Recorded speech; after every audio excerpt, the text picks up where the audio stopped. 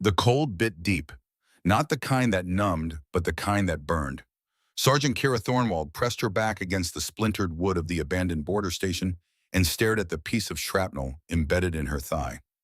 3 inches of twisted steel, dark with her own blood, protruding from muscle that had stopped screaming an hour ago and now just throbbed with each heartbeat.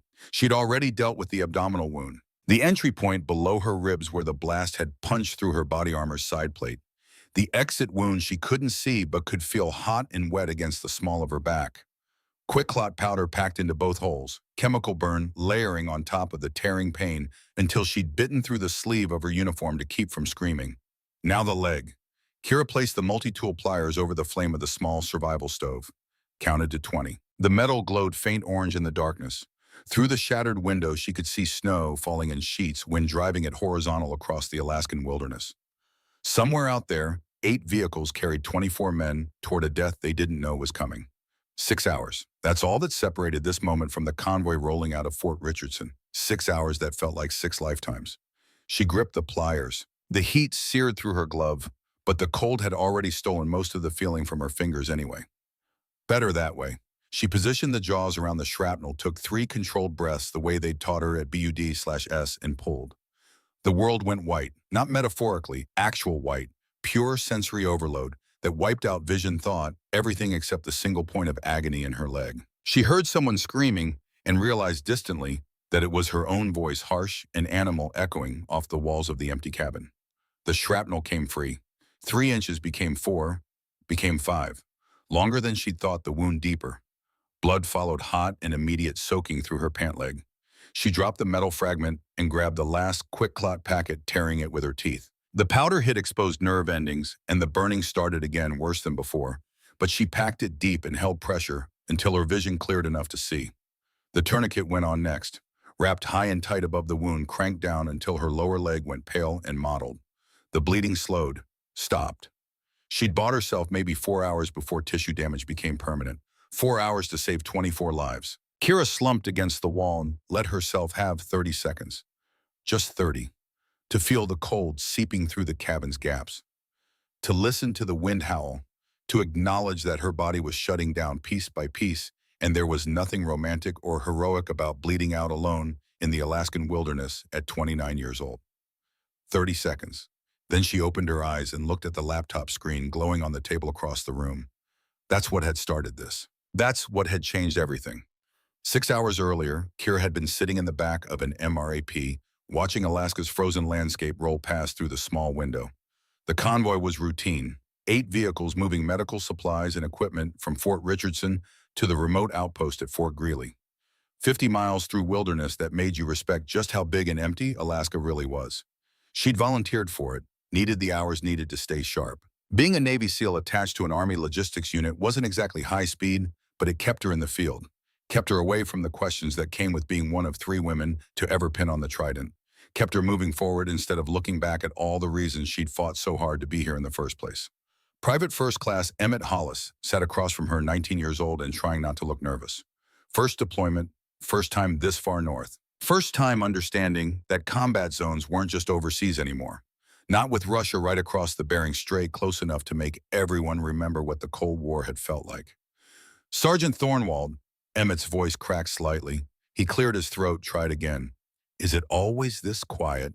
Kira looked at him, saw herself 5 years ago, saw her brother Garrett 10 years before that, saw every young soldier who'd ever asked a veteran if the fear was normal. Yeah, she said, well, it's always quiet, right up until it isn't. The IED detonated 30 seconds later. The world compressed. That's what a blast wave did. It didn't push, it compressed. Squeeze the air out of your lungs and the thoughts out of your head and turn time into something elastic and wrong. Kira felt the MRAP lurch sideways before she heard the explosion. Felt her body slam against the interior wall before the sound arrived, enormous and physical, a pressure that turned her organs inside out. Then fire. The lead vehicle had taken the direct hit. Not just damaged, gone. Turned into component parts scattered across 50 meters of frozen ground. Kira was moving before the ringing in her ears stopped, before conscious thought caught up with training that had been drilled into muscle memory until it became reflex. Out of the MRAP. Boots hitting hard-packed snow, the cold air shocking after the heated interior. Assessment mode. Count the vehicles. 7 still intact. 1 burning. Smoke rising black and oily against the white landscape. The second explosion that came from the ridge. Mortar round. Whoever had planned this knew what they were doing. The IED had stopped the convoy. The mortar was designed to pin them down, create chaos, separate the survivors from any coordinated response. It hit between the third and fourth vehicles, and Kira felt shrapnel sing past her head, close enough to hear it. Master Chief Thaddeus Merrick was already out of his vehicle, moving with the economical grace of a man who'd spent 35 years in special operations. 58 years old, 3 weeks from retirement, and still the most competent person in any crisis. Thornwald, wait for the sweep. She didn't wait. The lead vehicle was burning from the inside out. Through the flames, she could see movement. Someone was still alive in there. Someone who had maybe 60 seconds before the fire found the fuel tank. Kira ran low and fast. The heat hit her face like an oven door opening. Inside the twisted frame, she could see him. Emmett, still strapped into his seat uniform, smoking face black with soot. His eyes found hers through the flames, and she saw the terror there. 19 years old and burning alive. She didn't think. Grabbed the door frame where the window used to be and pulled. The metal was hot enough to sear through her gloves. She pulled anyway. The door frame bent, shrieked, gave way. Emmett fell into her arms, and she had him. Had his weight across her shoulders, was turning to run. The third explosion caught her halfway back to cover. She felt the impact in her bones before the pain arrived. A sensation like someone had driven a railroad spike through her abdomen. The shrapnel entered just below her ribs and tore through at an angle, missing her spine by inches, exiting through the meat of her outer thigh. She didn't fall, couldn't fall. Emmett was dead weight across her shoulders, and 40 meters was a lifetime measured in footsteps and willpower. Behind her, the ridge erupted with automatic weapons fire. A K pattern. She knew the sound. But this far north, this close to the Russian border. That changed the math, changed everything. Kira made it to the hasty triage point with Emmett still breathing. The medics tore him from her shoulders without a word, without eye contact, rushing him to the canvas tarp already stained red with blood from the first casualties. She stood there for a moment, swaying. The world had gone gray at the edges. Blood was running freely down her leg, pooling in her boot. She pressed a hand to her abdomen, and it came away slick and dark. Chief Medic Donovan Pierce looked up from the soldier he was working on. His eyes passed over her, cataloging, dismissing. "You're conscious," he said, not a question, a judgment. "I'm hit." Kira's voice sounded far away, like someone else was speaking. "Penetrating abdominal trauma. Need pressure." "And you're talking." Pierce cut her off. "That means you're not priority. Sit down over there and wait your turn." Specialist Bryn Caldwell, barely 26 and 3 months out of Fort Sam Houston, looked up from the tourniquet she was tying. Her eyes went wide when she saw the blood spreading across Kira's uniform. "Chief, she needs to get out of my way." Pierce's voice had the snap of command. "We've got soldiers dying here. Real casualties. Move her." 2 privates grabbed Kira under the arms, half-dragged, half-carried her behind the bulk of the MRAP, dropped her in the snow like a piece of gear, and disappeared back into the organized chaos of the triage point. She tried to stand. Her legs didn't respond. She tried to call out. Her voice broke into a cough that tasted like copper and salt. 30 feet away, Master Chief Merrick was being loaded onto a stretcher. Shrapnel in the arm and shoulder. Nothing that would kill him, but enough to ground him for evacuation. He saw her there, crumpled against the tire, and his face went hard. "That's a SEAL," he shouted at Pierce. "Treat her first." Captain Landon Voss stepped between them. 48 years old, Logistics Corps, a man who'd spent more time behind a desk than a rifle. "Gunny, we're loading critical only. She'll make the next bird." "There won't be a next bird," Merrick said. But Voss was already turning away, shouting into his radio about extraction windows and threat vectors. The helicopters came in low and fast. 2 Blackhawks rotor wash, kicking up a blizzard of snow and ice that turned the world white. Kira watched through the gap beneath the MRAP as stretchers were loaded one after another. Emmett went up, the kid she'd pulled from the fire. Merrick went up, still arguing, his voice lost in the thunder of the rotors. Soldiers with wounds less severe than hers went up. The last bird lifted with a sound like the world tearing in half. And then there was silence. Not the peaceful kind. The kind that pressed down on the chest and made the heart forget its rhythm. She was alone. The convoy had left. They'd taken everyone but her. Kira rolled onto her side and vomited into the snow, blood and bile and the remnants of morning coffee. When the spasm passed, she lay there listening. Distant gunfire, the closer sound of her own breathing. Fast, shallow. The kind of breathing that meant shock was coming and death wasn't far behind. Her dog tags had slipped free from her collar lying in the snow. The metal caught the pale light and there it was, stamped into the steel. The Navy SEAL Trident. Earned through Hell Week and 100 impossible evolutions. Earned through being told 1,000 times that women didn't belong, couldn't hack it would get someone killed. And now it lay there in the snow unseen by the men who'd left her behind because they hadn't bothered to look. The radio on Sergeant Wade Garrett's body crackled with static. Not the American Garrett. He was dead. 34 years old, married, 2 kids, face down in the snow with 3 bullets in his back. His radio still clipped to his vest, picking up transmissions. Kira couldn't reach it. Not yet. First, she had to deal with the fact that she was bleeding out in the Alaskan wilderness with no backup, no evac, and approximately 90 minutes before blood loss made the decision for her. She pressed both hands to her abdomen and pushed herself to her elbows, then to her knees, then with a sound that was half scream and half prayer to her feet. The world tilted sideways. She caught herself against the MRAP and held on until the horizon stopped spinning. When she could see clearly again, she looked down at herself. The wound in her abdomen was bad. The one in her thigh was worse. The bleeding needed to stop or nothing else mattered. 15 meters away, partially buried under the rubble of a collapsed supply crate, was a medical ruck. Someone had dropped it during the scramble. She could see the red cross on the canvas, faded but distinct. 15 meters might as well have been 15 miles. She took a step. Her leg buckled. She took another step. This time it held. The third step was easier. The fourth nearly killed her. By the time she reached the ruck, she was crawling, leaving a blood trail in the snow like a wounded animal dragging itself toward water. She grabbed the pack and pulled it close, fumbling with the straps with fingers that didn't want to work properly. Inside, quick clot packets, tourniquets, IV bags, morphine auto-injectors, a basic surgical kit that looked like it had been assembled in the 90s. It would have to be enough. She tore open her uniform blouse with shaking hands. The entry wound was a ragged hole just below her ribs, about the size of a quarter. The exit wound was somewhere behind her, and she couldn't see it, but she could feel it. A hot throbbing that radiated down her spine. The shrapnel had passed through cleanly. No fragments to remove, but a through and through that was bleeding from both sides. Kira grabbed a quick clot packet and tore it open with her teeth. The powder spilled across her hands. She pressed it directly into the wound, packing it as deep as she could with fingers that had started to go numb. The chemical reaction began immediately. Burning, worse than the wound itself. She screamed into her sleeve, biting down on the fabric until her jaw ached. The thigh wound was different. She could see the fragment there. Twisted piece of steel embedded in the meat of her quadriceps. It had to come out. She'd already found Sergeant Garrett's multi-tool. Flipped open the pliers. Held them over the small survival stove she'd managed to light with the last of her coordination. 20 seconds. The metal glowed. And that's where the timeline had caught up with the present. That's where 6 hours ago became now. Became this moment, sitting in an abandoned border station with a leg she could barely feel and an abdomen that felt like it was on fire. Kira leaned her head back against the wall and breathed. In for 4, hold for 4, out for 4. The breathing drill that had gotten her through Hell Week. That had gotten her through every impossible moment since. She was still breathing. That meant she could still fight. The laptop screen glowed accusingly from across the room. She'd found it 20 minutes ago.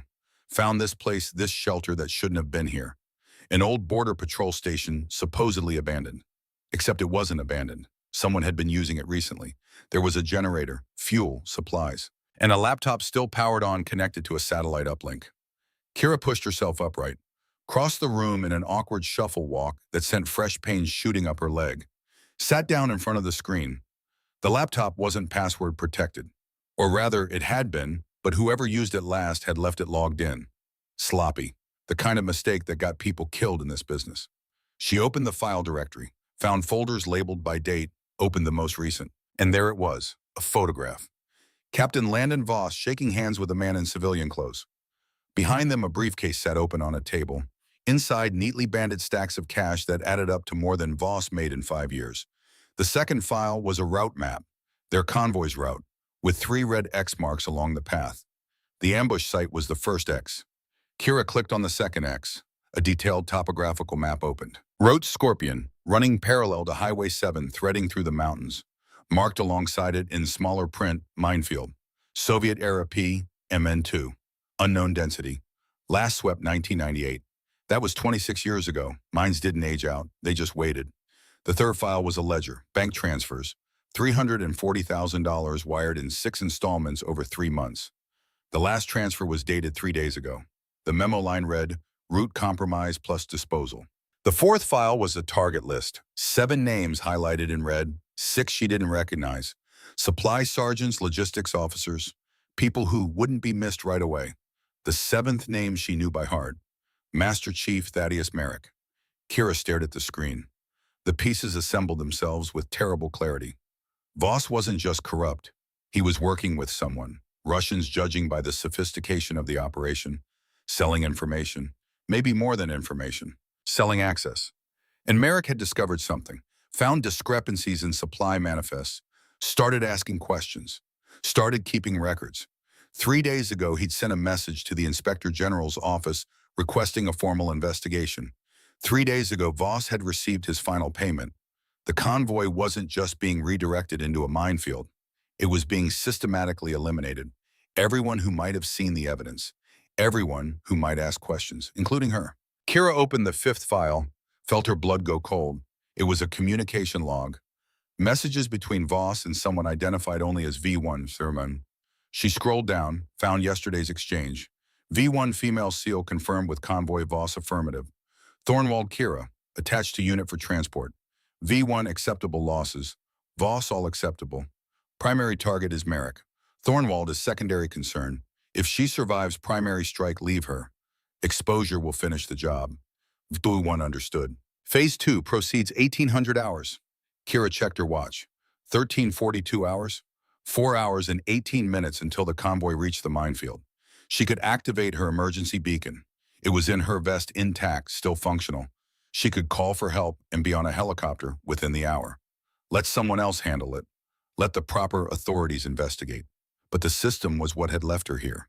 The system was what had put a price on Merrick's head. And the system was what had allowed men like Voss to turn service into profit and loyalty into a commodity. She looked at the laptop screen, then at her hands, covered in her own blood, shaking with cold and shock and blood loss. Then she looked at the small metal pin sitting on the table next to the laptop. She'd taken it from her vest pocket while treating her wounds. Force Recon pin, 4 generations old. Her great-grandfather had earned it in World War II. Her grandfather had carried it through Korea. Her father had worn it through the first Gulf War. And Garrett, her brother, had carried it to Iraq in 2003.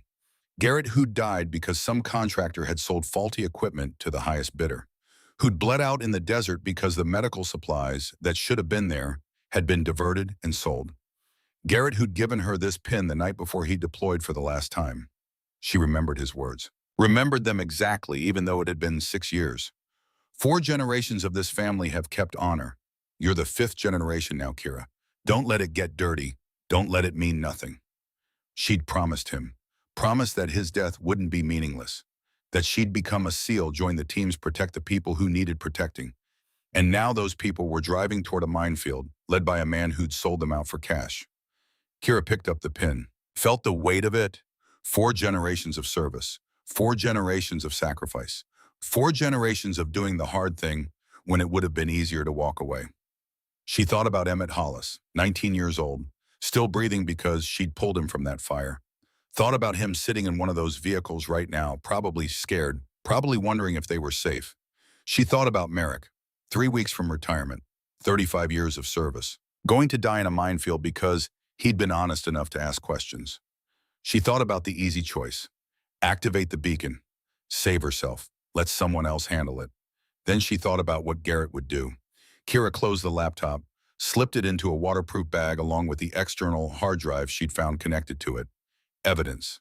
Proof. Everything they'd need to burn Voss and whoever he was working with. She grabbed Garrett's rifle from where she'd propped it against the wall. Checked the magazine. 4 rounds left. Took his sidearm too. His spare magazines. The 3 grenades clipped to his vest. Not much, but more than she'd had 5 minutes ago. The abandoned border station had one more gift. In the corner covered with a tarp, she found an RPG launcher and 2 rockets. Soviet era, probably smuggled across the border years ago and cached here for whoever was running this operation. She strapped it to her back. Heavy, awkward, would slow her down even more. Didn't matter. The ridge overlooking Route Scorpion was visible from the station's north window, 8 kilometers across terrain that would be challenging for a healthy soldier. For someone bleeding internally with a tourniqueted leg, it was impossible, which meant it was exactly the kind of thing they'd trained her to do. Kira stuffed the tactical map into her cargo pocket along with the morphine injectors she'd been avoiding for later, when the pain got bad enough that dying seemed preferable to taking another step. She looked at the Force Recon pin one more time, then pinned it to her vest right above her heart. 4 generations, now 5. She opened the door and stepped into the Alaskan wilderness. The wind hit her immediately bitter and sharp. Temperature maybe 20 below before wind chill. The kind of cold that killed quietly and efficiently. 8 kilometers, 4 hours, 24 lives. Kira Thornwald started walking. Left foot forward, right foot forward. Breathe. Don't think about the blood. Don't think about the distance. Think about Emmett's face when she'd pulled him from the fire. Think about Merrick trying to get her on that helicopter. Think about the men in that convoy, good men who didn't know they were being led to slaughter by someone they trusted. She'd made it maybe 200 meters when the world started to tilt again, the blood loss catching up. She stopped, braced herself against a tree, and waited for the horizon to stabilize. It didn't. She kept walking anyway, because that's what 5 generations of warriors did. They kept walking. They kept fighting. They finished the mission, even when the mission was saving the people who decided you weren't worth saving. Even when every logical part of your brain was screaming that this was impossible. Even when the pain was so bad that dying seemed easier than taking another step. Kira thought about Garrett's last words to her. Not the ones about the pin, the other ones. The ones he'd said when she told him she was going to try out for BUD/S. They're going to tell you that you can't, that women don't belong, that you'll get someone killed and you're going to prove them wrong. Not because you're better than them, because you refuse to be anything less than what this pin represents. She touched the pin on her vest, felt the metal cold through her glove, refused to be anything less. The snow fell harder. The wind picked up. The cold worked its way deeper into her bones. Kira Thornwald kept walking. Behind her, the abandoned border station disappeared into the white. Ahead, the ridge waited. 8 kilometers of frozen hell between her and the only chance those 24 men had of surviving the next 4 hours. She'd crawled through worse during Hell Week, bled through worse during training, suffered through worse during the evolutions that had nearly broken her a dozen times.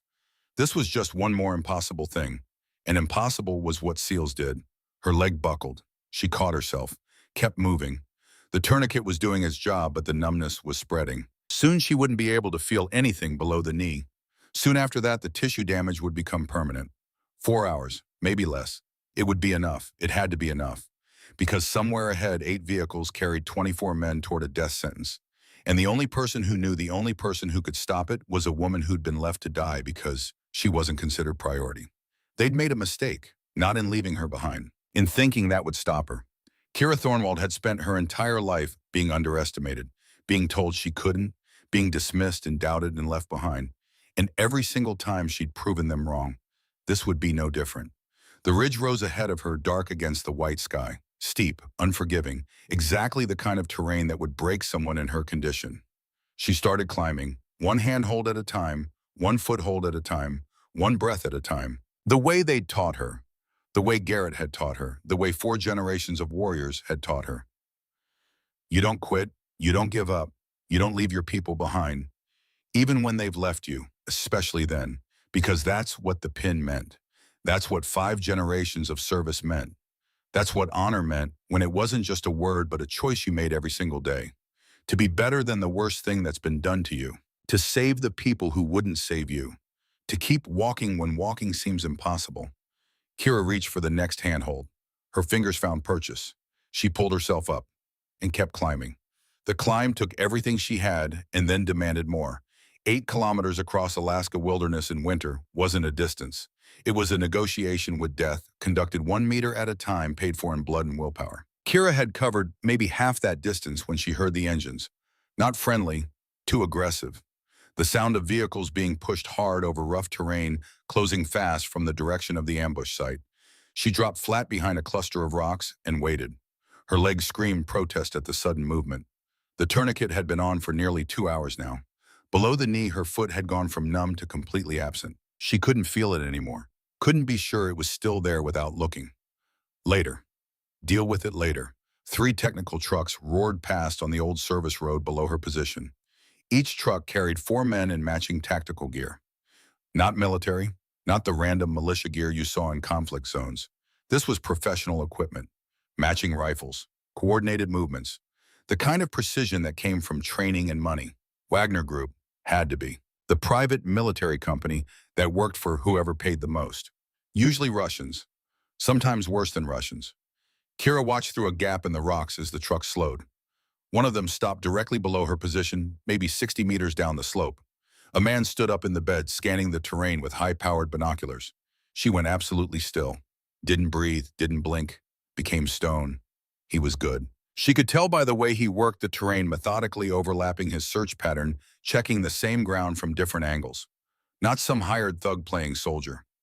This was someone who'd done this before, done it well enough to survive. The binoculars swept past her position, came back, held. Kira felt his attention like a physical weight. At this distance against stone, nearly the same color as her blood-stained uniform, she should have been invisible. Should have been just another shadow on the ridge, but he was looking right at her. 90 seconds, that's how long he stared.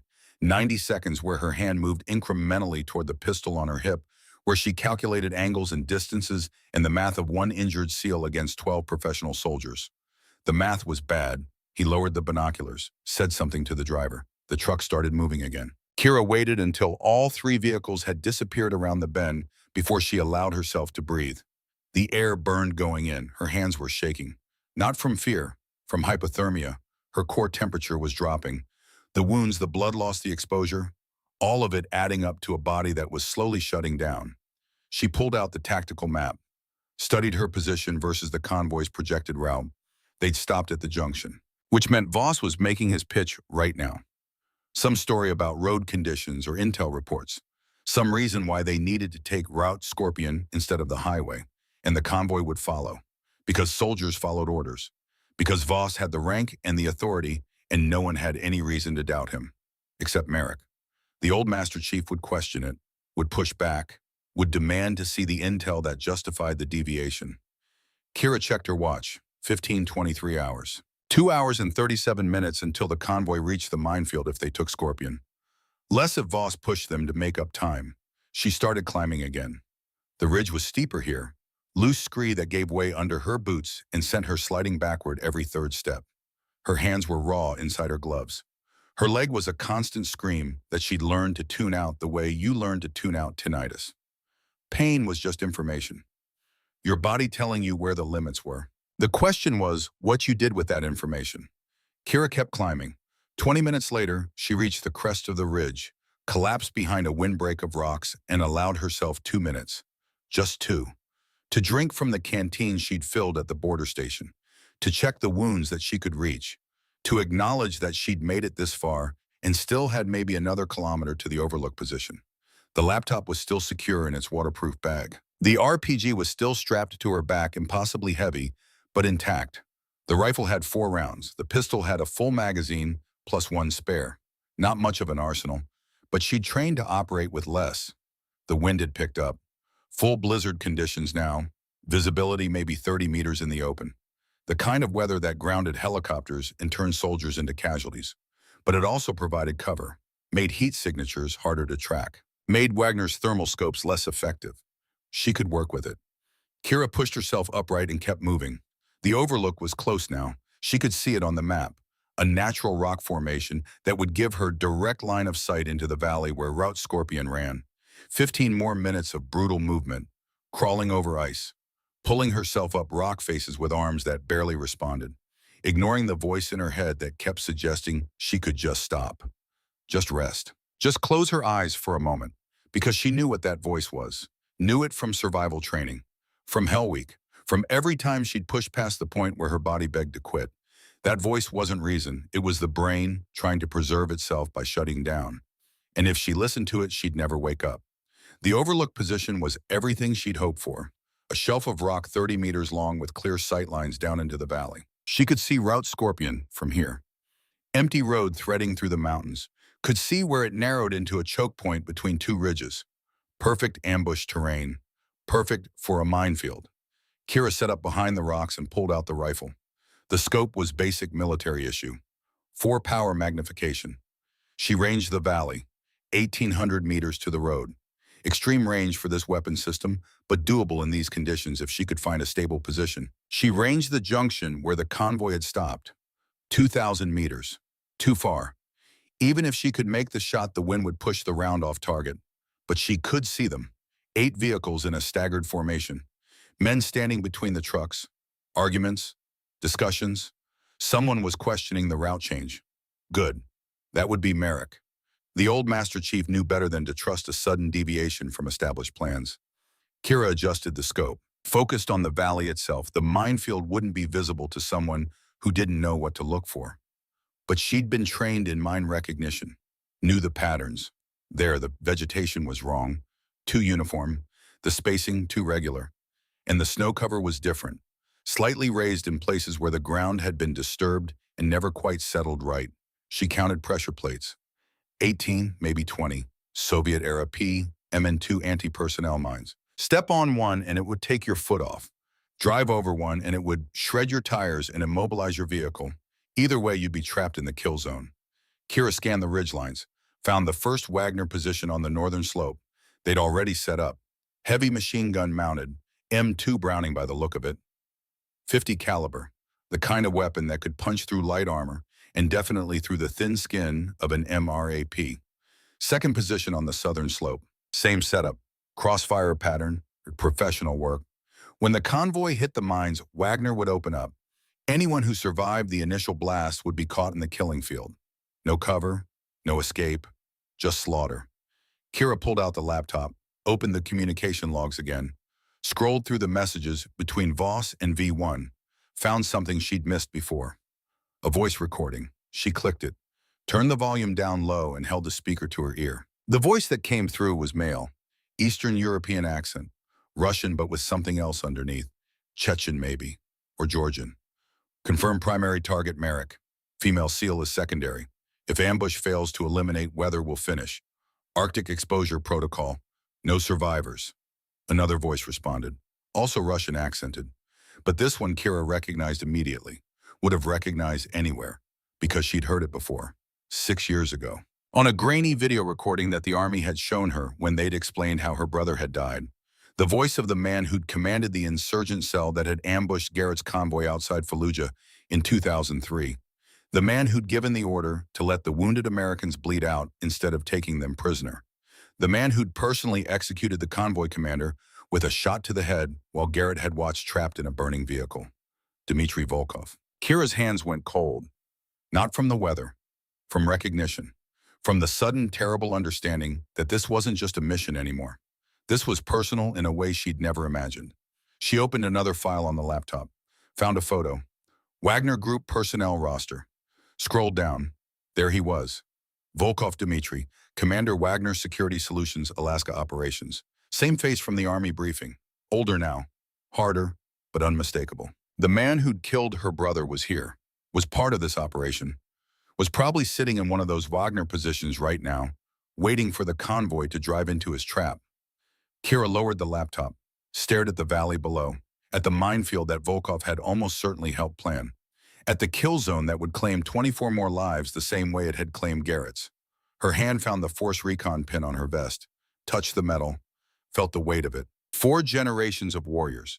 4 generations of doing the right thing even when the right thing was hard. Garrett's voice in her memory, don't let it get dirty.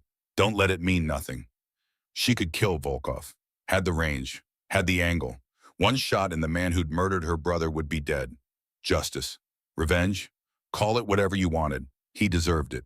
But if she took that shot now, she'd give away her position. Wagner would know someone was up here, would go to ground. And the convoy would still drive into the minefield because Kira wouldn't be able to stop them with Wagner hunting her. The math was clear. Take the personal revenge or save 24 lives. Not much of a choice when you put it like that. Kira checked her watch again.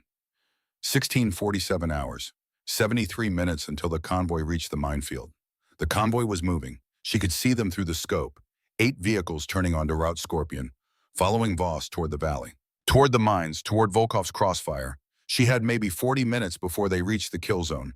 40 minutes to figure out how to stop this, how to save them, how to finish what Garrett had started when he'd stood up to corruption and paid for it with his life. Kira picked up the RPG, checked the rockets.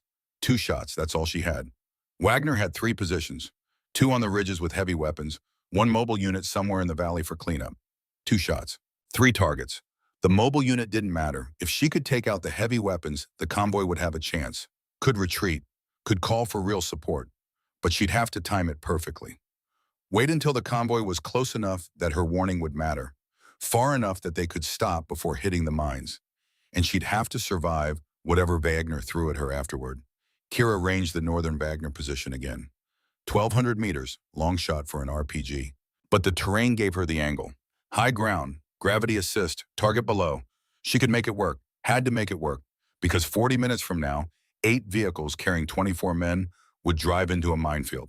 And the only person who could stop it was a woman bleeding out on a mountain with 2 rockets and a choice to make.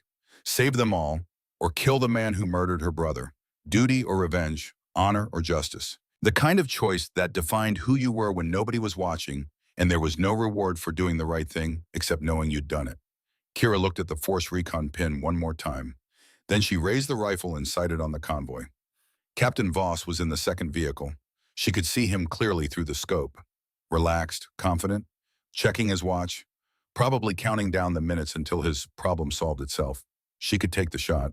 1,400 meters. Extreme range, but the conditions were good. Clear the scope, stable position, minimal wind at this angle.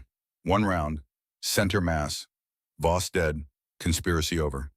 The convoy would stop, someone else would take command. They'd probably turn around, call for orders, void the minefield entirely through sheer bureaucratic caution. Problem solved, mission accomplished. All it would cost was the line between warrior and executioner. Between doing the right thing and doing the easy thing. Kira's finger found the trigger. 2 pounds of pressure and Voss's problems would be over. So would hers. She thought about Emmett Hollis, 19 years old, sitting in one of those vehicles, probably scared, probably wondering if they were safe after the ambush. She thought about what would happen if she took the shot. If the bullet went through Voss and into whoever was sitting behind him. If the convoy panicked and one of the vehicles swerved into the mines trying to take cover. She thought about Garrett, about what he would do, and she took her finger off the trigger. Not yet. There had to be another way. Had to be a way to stop this without becoming what Voss was, without crossing the line that separated justice from murder. The convoy was 300 meters from the minefield entrance now. Kira could see it clearly. The first pressure plate would be right where the road curved left around a boulder cluster. She pulled out the radio she'd taken from Sergeant Garrett's body, the American Garrett, tuned it to the convoy frequency, tried to transmit. Static. They were still jamming the frequencies, but Kira was close enough now that brute force might punch through. She keyed the mic, put everything she had into the transmission. Convoy Bravo 2, this is Thornwald. Urgent. Stop all forward movement. Repeat, stop now. Static. Then a voice. Young, shocked. Thornwald, oh my God, you're alive. Specialist Bryn Caldwell. The medic who'd hesitated. Kira didn't have time for emotion. Route Scorpion is mined. Repeat, you are approaching an active minefield. Stop all vehicles immediately. Voss's voice cut in, sharp, authoritative. Unverified transmission. Disregard. All units continue movement. Voss, check your map. Merrick's voice, strained but clear. Grid coordinates Tango Foxtrot 79er. Soviet PMN-2 field in place 1998. Never cleared. Why isn't this on our operational maps? Silence.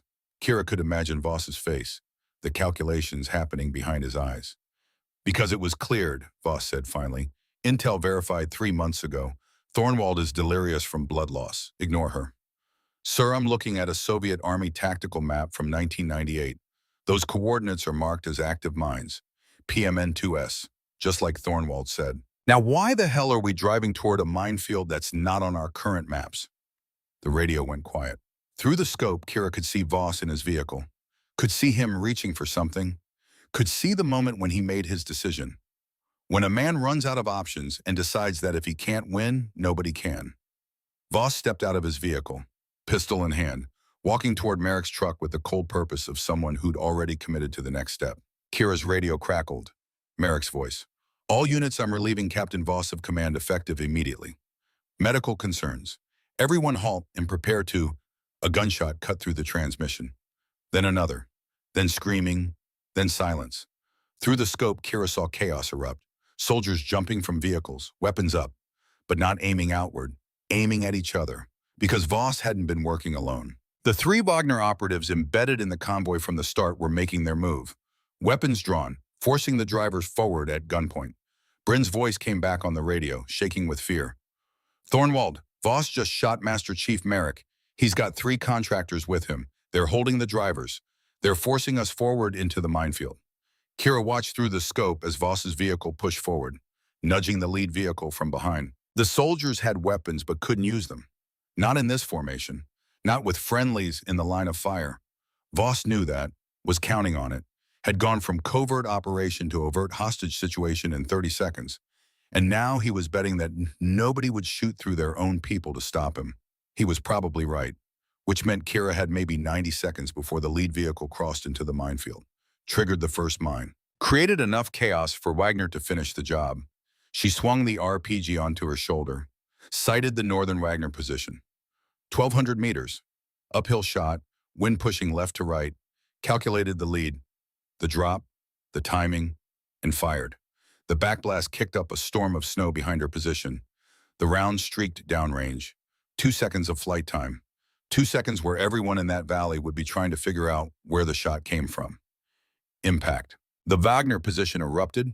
The truck exploded in a fireball that sent debris spinning into the air and bodies tumbling across the rocks.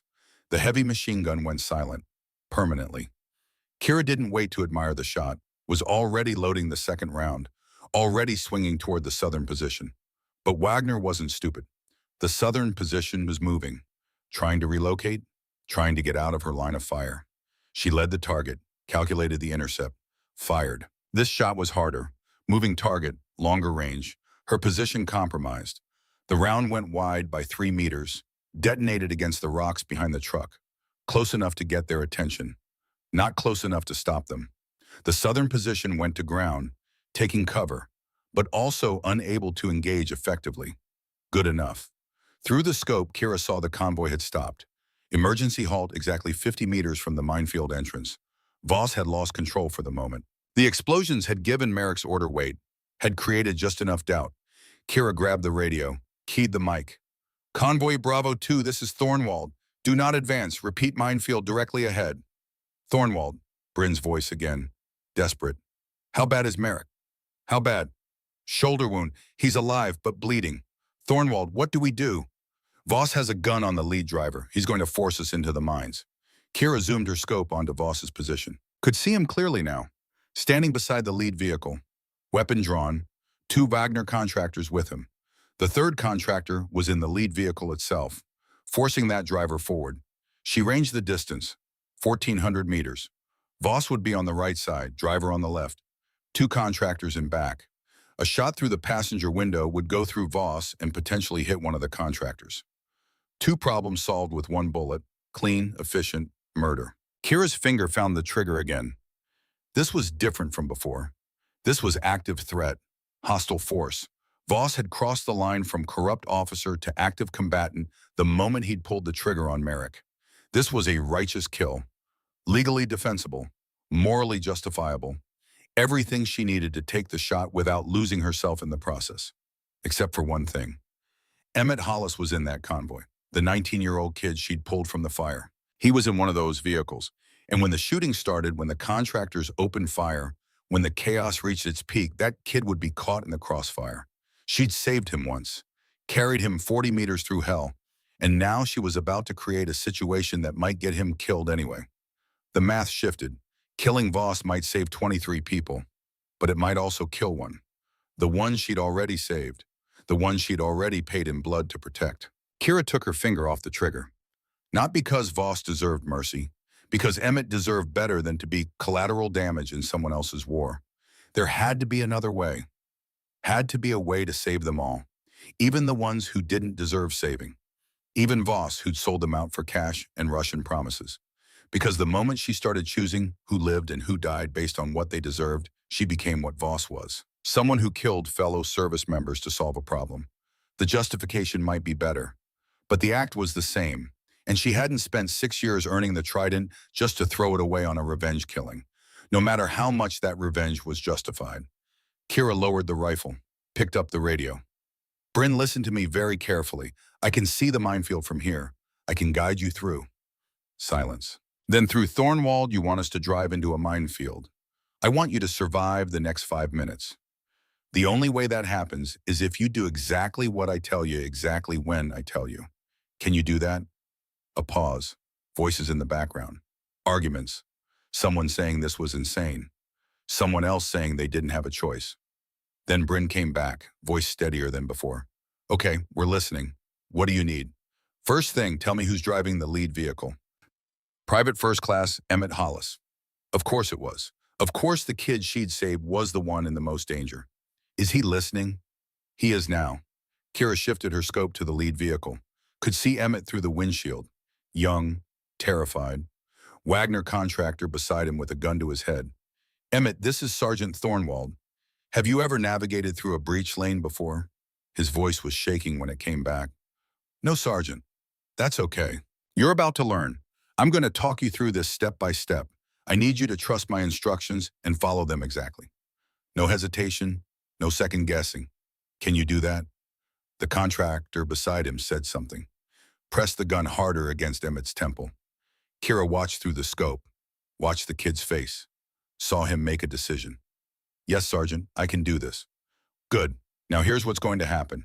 On my mark, you're going to hit the brakes, hard. Emergency stop. The contractor is going to go forward into the dash. That's when you take his weapon. Copy. Copy. Kira sighted on the road ahead, found the first pressure plate, calculated the distance.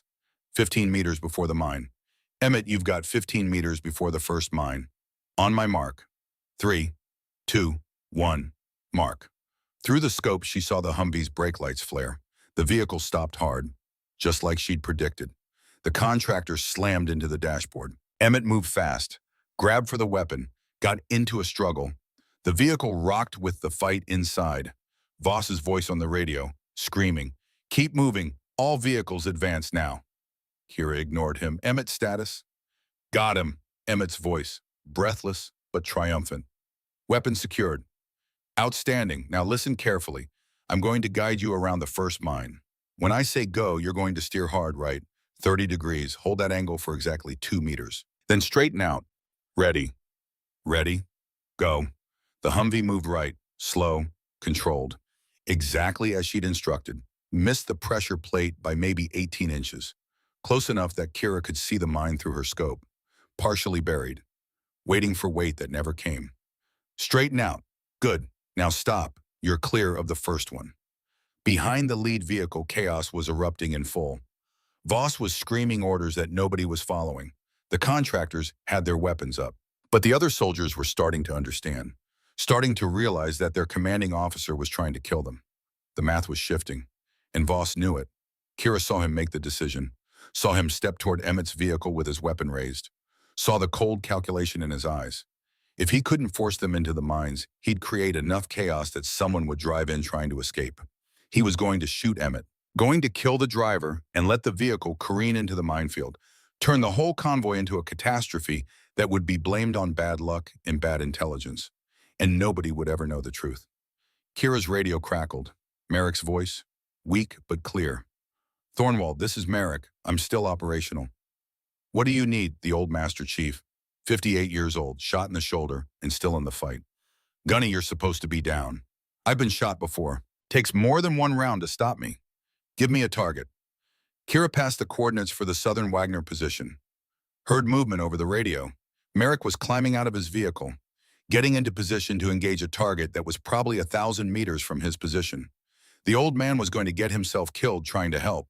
But that's what you did. That's what being a SEAL meant. You helped until you couldn't help anymore. And then you helped some more. The southern Wagner position opened up. Heavy machine gun fire, 50 caliber rounds screaming down into the valley, kicking up geysers of dirt and snow. One round punched through the hood of the fourth vehicle. Another shattered a windshield. The soldiers were scrambling for cover, but there was no cover. Just the road and the mines and the absolute certainty that moving off the road meant death. Kira swung her rifle toward Wagner and fired. 3 quick shots. Suppressive fire. She wasn't trying to hit anything at this range. Just make them keep their heads down. Make them think twice. Buy Emmett another 30 seconds. Through the scope, she saw Merrick fire. 1 shot, precise, calculated. The Wagner machine gun went silent. She saw figures retreating from the southern position, dragging a body with them. The old man had just dropped a Wagner contractor at 1,000 meters with a shoulder wound and a rifle he'd probably never zeroed. Some skills you didn't lose. Some skills stayed in the blood. But Voss was still moving toward Emmett's vehicle, still had his weapon raised, still represented the immediate threat. Kira centered her scope on him. Final chance, take the shot or commit to the harder path. She thought about Garrett, about the Force Recon pin on her vest, about 5 generations of warriors who'd chosen honor over expedience. And she made her choice. Not the easy one. Never the easy one.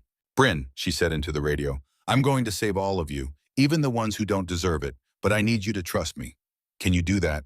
Yes. Then get ready, because we're going to do something impossible. Kira raised the radio to her lips and began talking Emmett through the minefield. Step by step, meter by meter, mine by mine. And in the valley below, 8 vehicles carrying 24 men began the slowest, most careful movement of their lives. Following the voice of a woman they'd left to die. Following her because she was the only chance they had left. Following her into the impossible. Emmett Hollis was 19 years old and had never been more terrified in his life. His knuckles had gone white from gripping the steering wheel. The Wagner contractor lay unconscious beside him, face bloody, from the dashboard impact in Emmett's elbow. That small victory felt meaningless now. 50 meters ahead, invisible beneath the snow, lay a minefield. Between him and obliteration was only a voice on the radio. The voice of a woman who'd been left to die 6 hours ago and somehow was still fighting. Emmett, Kira's transmission cut through the static, calm, steady. You're doing perfect. Left turn coming up. 45 degrees. Hold for 3 meters, then straighten. He turned, slowly, tried not to imagine the mine tearing through the floor, tried not to picture himself, legless and screaming while everyone watched from safe distance. Straighten. Good. Stop right there. He stopped. His heart hammered loud enough to drown the engine. Mine number 2 cleared. Ready for the next one. Emmett keyed the mic with trembling fingers. How many left, Sergeant? Silence, long enough that he knew the answer wasn't good. 16, maybe 18. But we're taking this one step at a time. You trust me. Did he trust her? She'd pulled him from burning wreckage. Had carried him 40 meters while bleeding from wounds that should have killed her. Had crawled across Alaska wilderness to save people who'd abandoned her. Yes, Sergeant, I trust you. Then let's keep moving. Right turn, 30 degrees, 2 meters. Behind Emmett's specialist, Bryn Caldwell followed in the second Humvee. Her instructions were simple. Stay 5 meters back, match Emmett's movements exactly. Turn when he turned. Stop when he stopped. Simple instructions requiring absolute trust. 1 deviation, 1 panic reaction, and she'd hit the mine Emmett had just avoided. Kira guided them through mine 3, then 4. Each time giving precise angles and distances. Each time her voice steady, despite exhaustion, pain, and blood loss that must be catastrophic by now. Through her scope, Kira watched Emmett navigate with a precision that would have impressed his instructors. Scared, yes. She could see it in how he gripped the wheel. But fear kept you sharp. Panic killed. Emmett wasn't panicking. Mine 5 and 10 meters. This one's tight. Right turn 60 degrees, hold for 4 meters, then hard left to center. Ready. Ready. Execute. The Humvee threaded between 2 pressure plates, separated by maybe 6 feet. Close enough that Kira held her breath. Close enough that a single degree of overcorrection would have been fatal. Emmett made the turn perfectly. Straightened exactly when she told him. 6 vehicles through, 2 remaining, halfway done. The southern Wagner position erupted. The heavy machine gun had been silent since Merrick's shot. Kira had assumed they'd withdrawn. Wrong, they'd relocated, set up in a new position. Now they were engaging with everything they had. 50 caliber rounds hammered the convoy. One punched through the 4th vehicle's hood with the sound of a thunderclap. Steam geysered from the radiator. The engine died. Soldiers bailed out, took cover behind the disabled vehicle. But that put them on the minefield's edge. One wrong step while avoiding bullets meant triggering a mine. Kira couldn't guide Emmett and suppress Wagner simultaneously. Not effectively. Not at this range with only 2 rounds left. Merrick, I need fire on that position. Now. The Master Chief's voice came back, strained but determined. On it. Through her scope, she watched him climb onto his vehicle's roof despite the shoulder wound, setting up with the M4, finding his sight picture. 58 years old, shot, operating with a rifle probably not zeroed, and about to engage targets at 1,000 meters like it was routine. Because for him, it was routine. 35 years of doing impossible things had made the impossible normal. One shot. The machine gunner jerked backward. The gun went silent. Merrick fired again. Another Wagner contractor dropped. The position went quiet, permanently. Kira keyed the radio. Gunny outstanding shooting. Just keeping the young people safe. A pause. How's our boy doing? She looked at Emmett's vehicle, still moving, still following instructions. He's going to make it, they all are. Good, that's good. 3/4 through now, mine's 6 through 8 cleared. But 20 minutes had passed. 20 minutes of inch-by-inch progress while Wagner regrouped and Voss calculated his next move. Through the scope, Kira watched Voss, standing beside his vehicle, weapon in hand, watching his plan disintegrate 1 meter at a time. She saw the moment he decided to force the issue. He started walking toward Emmett's vehicle, deliberate, no longer pretending. 2 Wagner contractors followed, creating a triangle formation. Professional, coordinated. Final play. Bryn, Kira's voice sharpened. Voss is moving on Emmett. What's happening? He's got his weapon drawn, 20 meters from Emmett's vehicle. Thornwald, he's going to kill him. Kira centered her scope on Voss, 1,400 meters. Clear shot. She had 2 rounds left. Could end this right now, but Emmett was in the potential line of fire, and the 2 Wagner contractors had weapons up. If she fired, they'd fire. In the chaos, someone would die. Maybe multiple people. Kill one or save all. Same math as before. She thought about Garrett, about their last conversation before he deployed, standing outside the recruiting station where she'd signed papers for the Navy. Garrett had been proud but worried. You're going to face situations where easy and right aren't the same thing, where killing someone solves the immediate problem but costs you something you can't get back. She'd been 23, naive. Like what? Like your soul, like the person you are when you look in the mirror. He'd touched the Force Recon pin on his uniform. 4 generations wore this because they were warriors with honor, not killers with justification. There's a difference. That difference is everything. Kira lowered her aim from center mass to hip level. If she had to shoot, she'd disable, not kill. There was still a line she wouldn't cross. Still a difference between warrior and executioner that mattered even when nobody would blame her for crossing it. Voss was 10 meters from Emmett's vehicle, raising his weapon. The Wagner contractors spreading to create crossfire. Emmett, Kira said, voice calm despite everything. When I say duck, drop down in your seat as far as you can. Copy. Copy. Kira shifted aim, not to Voss, to the left Wagner contractor whose weapon pointed directly at Emmett's window. 3, 2, 1, duck. She fired. 1,400 meters. Wind left to right. Drop calculated. Leading the target. The round took the contractor in the chest. He went down hard. 1 round left. The second contractor swung his weapon toward Emmett's vehicle. Kira was working the bolt, chambering her last round. The shot came from the valley. Merrick's M4 barking once. The second contractor dropped. Voss stood alone, weapon still raised, looking at the 2 bodies, at the convoy that had stopped following his orders, at the plan that had completely disintegrated. He could still shoot Emmett, could still create chaos, could still try to salvage something. Kira sighted on him. Hip shot, disable, not kill, keep him alive for interrogation, for trial, for justice instead of revenge. Her finger found the trigger, started to squeeze. Voss lowered his weapon, raised his hands, surrendered, just like that. The fight went out of him. Maybe he realized he was surrounded. Maybe he understood that killing Emmett wouldn't save him. Maybe he just got tired. Didn't matter why. He was done. Kira lowered her rifle, keyed the radio. Bryn, secure Voss, Wagner contractors too. Anyone still breathing? On it. Through the scope, she watched soldiers move in. Disarm Voss, flex cuff him, put him face down in the snow. Professional. By the book. The way it should have been from the start. But something was wrong.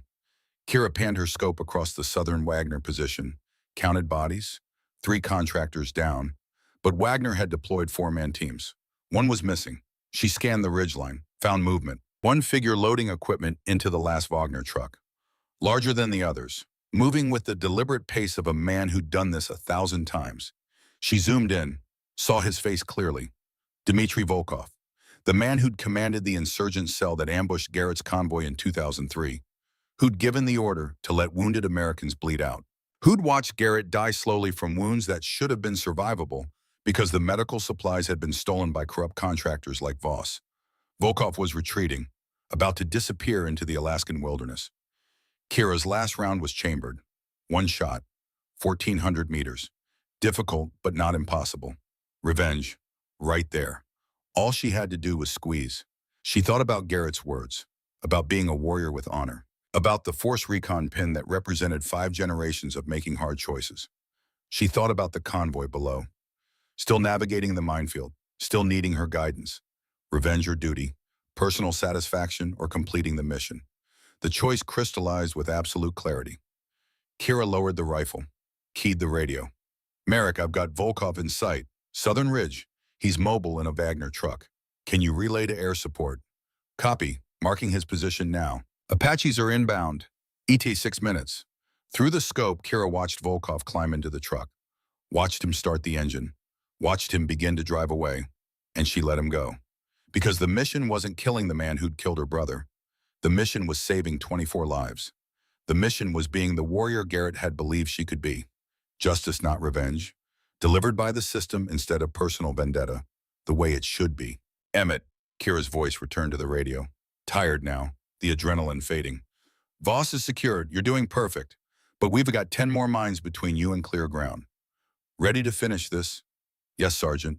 Then let's go home. The next 20 minutes tested every limit Kira had left. Mine after mine, turn after turn. Each instruction had to be perfect. Each movement precise. Her hands were shaking now. Not from fear, from hypothermia working its way into her core. The tourniquet on her leg had been on for over 4 hours. She couldn't feel anything below the knee. Couldn't be certain the foot still existed without looking. The abdominal wound had started bleeding again. Fresh warmth spreading, copper taste in her throat. She was shutting down. System by system. The body making executive decisions about resource allocation that consciousness couldn't override. But she kept talking, kept guiding, kept Emmett moving forward 1 meter at a time. Mine 14, mine 15, mine 16. The last mine was the worst. Pressure plate buried right at the cleared zone's edge. From ground level, it would be invisible. But from her elevated position, she could see the slight depression in snow, the telltale pattern. Emmett, last one, this is tight. Right turn 15 degrees, hold for 1 meter, then straighten. Margin for error is about 6 inches. You can do this. She heard him breathe over the radio, steadying himself. 15 degrees, 1 meter. Copy. Execute. The Humvee turned. Kira watched through the scope. The right front tire passed within 6 inches of the pressure plate. Close enough to see the mine clearly. Close enough that one wrong twitch would have ended everything.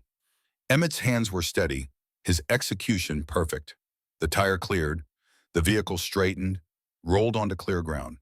Emmett, you're clear. Stop and wait for the others. His voice came back, shaking with relief. We made it. Oh God, Sergeant, we made it. You made it. Now help guide the others through. Bryn, you're up. Follow Emmett's tire tracks exactly. Copy. One by one, the remaining vehicles followed, each navigating the path Emmett had blazed, each making it because Kira talked them through, because she refused to let them fail. The disabled vehicle got abandoned. The soldiers climbed into other trucks. Nobody was getting left behind this time. When the last vehicle rolled onto clear ground, celebration erupted through the radio, cheering, crying, the sound of people who'd survived the impossible and couldn't quite believe it. 24 men, all alive, all safe, because she'd refused to give up on them, because she'd chosen the hard path, because 5 generations of warriors had taught her that honor mattered more than expedience. 6 minutes after Volkov had disappeared from view, Kira heard the Apaches engage. The distant sound of 30-millimeter cannons, Hellfire missiles, explosions rolling across the southern ridge. Through her scope, she saw smoke rising, justice delivered, not by her hand but by the system she'd chosen to trust. Kira set down the rifle, slumped back against the rocks, let herself have 30 seconds to feel what she'd accomplished, to know Garrett would have been proud. Then she reached for the emergency beacon on her vest, activated it. The signal would reach every military asset in the region. Helicopters would come, Medevac, extraction. She pulled out the laptop, sent everything to Colonel Hendricks at Fort Richardson. Files, evidence, bank transfers, communication logs, everything they'd need to burn Voss's network to the ground. Mission complete. Promise kept. Her vision was tunneling, gray creeping from the edges, blood loss finally catching reality. Shock, hypothermia, probably multiple organ failure starting. Maybe 15 minutes left. The rotor sound reached her before she saw them. Two Blackhawks coming low over the ridge. The cavalry. Finally. Kira tried to stand, made it to her knees before her leg gave out completely. She collapsed forward into the snow. Couldn't get up again. Didn't matter. They'd seen the beacon. They'd find her. Boots hit the ground nearby, running, voices shouting, hands on her shoulders turning her over. A medic's face swimming into view. Jesus Christ. Ma'am, can you hear me? She managed a nod, tried to speak. Nothing came but a rasp. Don't talk. Save your energy. How the hell are you still alive? Kira smiled, or tried to. Couldn't tell if her face was responding. Seal, she whispered. Barely audible. Don't leave anyone. Darkness took her. 3 weeks later, she woke in Walter Reed Medical Center. White ceiling tiles. IV lines in both arms. Colonel Sarah Hendricks reading a file beside the bed. The colonel looked up when Kira's eyes opened, set down the file, leaned forward. Welcome back, Sergeant Thornwald. You gave us quite a scare. Kira's throat was dry, voice cracked. The convoy. All 24 made it. You saved them all. Hendricks paused. You were clinically dead twice during surgery. Core temperature was 89 degrees when they brought you in. Tissue damage to your leg was severe. You lost 4 pints of blood. By every metric, you should be dead. But I'm not. No, you're not. Hendricks opened the file. Captain Voss is in custody. Talking, trying to cut a deal. She pulled out a photograph, showed Kira. An organizational chart, 17 faces, 17 names, 17 positions across 3 military branches and 2 intelligence agencies. This is what Voss gave up. Every single one feeding information to Russian GRU. We arrested all 17 in simultaneous raids 48 hours ago. Not one escaped. Kira stared at the chart, saw colonels, majors, positions with access to nuclear codes, troop movements, everything. If you'd killed Voss in that valley, we might have gotten 3 or 4 through forensic analysis. The rest would have scattered, continued operating, continued selling us out. Hendricks met her eyes. Your decision to wound instead of kill, to capture instead of execute. That decision just saved hundreds of lives we'll never count. Operations that won't be compromised. Secrets that won't be sold. Soldiers who won't walk into ambushes because someone sold their position. She closed the folder. You didn't just save 24 lives, Thornwald. You exposed an espionage network that was actively selling information about our nuclear assets. The damage they could have done is incalculable. Kira processed that, thought about how close she'd come to just taking the shot, ending it quick. What about Volkov? The Wagner commander Apaches caught him 15 miles from the border. Tried to run, didn't make it. Hendricks paused. I understand he was connected to your brother's death. He gave the order, watched Garrett bleed out. Then justice was served, not by revenge, by the system you chose to trust. Hendricks stood. Chief Medic Pierce has been relieved. Court-martial pending. His decision to deny you treatment violated every protocol. Over the following days, visitors came. Bryn Caldwell brought Kira's uniform. Cleaned, repaired. The seal trident polished until it gleamed. She cried, apologized for not fighting harder. Kira told her what she'd told herself, that Bryn had done right when it mattered, that she'd trusted the voice on the radio, that she'd helped guide everyone through. Jake says he's applying to BUD/S, Bryn said. Says if you can save lives while bleeding out, he should at least learn to save them in a hospital. Kira smiled. Tell him good. We need more like him. Master Chief Merrick came last, walked in with his arm in a sling, pulled up a chair with a grunt. How's the shoulder, Gunny? Had worse. He reached into his pocket, pulled out something small, set it on the table beside her bed. A Force Recon pin. Old. Tarnished. Unmistakable. My instructor gave me this in 1972. Told me to pass it to someone who embodied what it meant to be a warrior. Not just skills. Heart. He picked it up, placed it in her hand, closed her fingers around it. You earned this, Thornwald. You earned it by being better than us, by choosing to save people who'd chosen to abandon you. That's not just being a warrior. That's being a leader. Kira looked at the pin, felt its weight, its history. I can't take this. Yes, you can, because that's how we honor them. Not by leaving trinkets on graves, by living up to the standards they set. He leaned forward. Promise me something. What? Promise you'll keep being exactly who you are. The Navy is changing, slowly, but it needs people like you to show what the future looks like. Women who don't just meet the standard but exceed it. You did that. Now promise you'll keep doing it. I promise. The medal ceremony happened a week later. Admiral Harrington presented the Navy Cross personally. The citation was read while Kira sat in a wheelchair uniform, perfect pins gleaming. The entire convoy attended, all 24, standing at attention. When the medal was pinned to her chest, they erupted in applause that echoed through the corridor. 6 months of physical therapy followed. Brutal, painful, progress measured in degrees and pounds. The leg would never be quite right, would always ache in cold weather, would always remind her. But she could walk, run, meet the standards. Return to duty. They made her an instructor at the Naval Special Warfare Center in Coronado, teaching the next generation what it meant to serve, to persist, to never leave anyone behind. On her first day, she stood before BUD/S candidates and told them a story. Not about medals, about being left behind with a choice to make.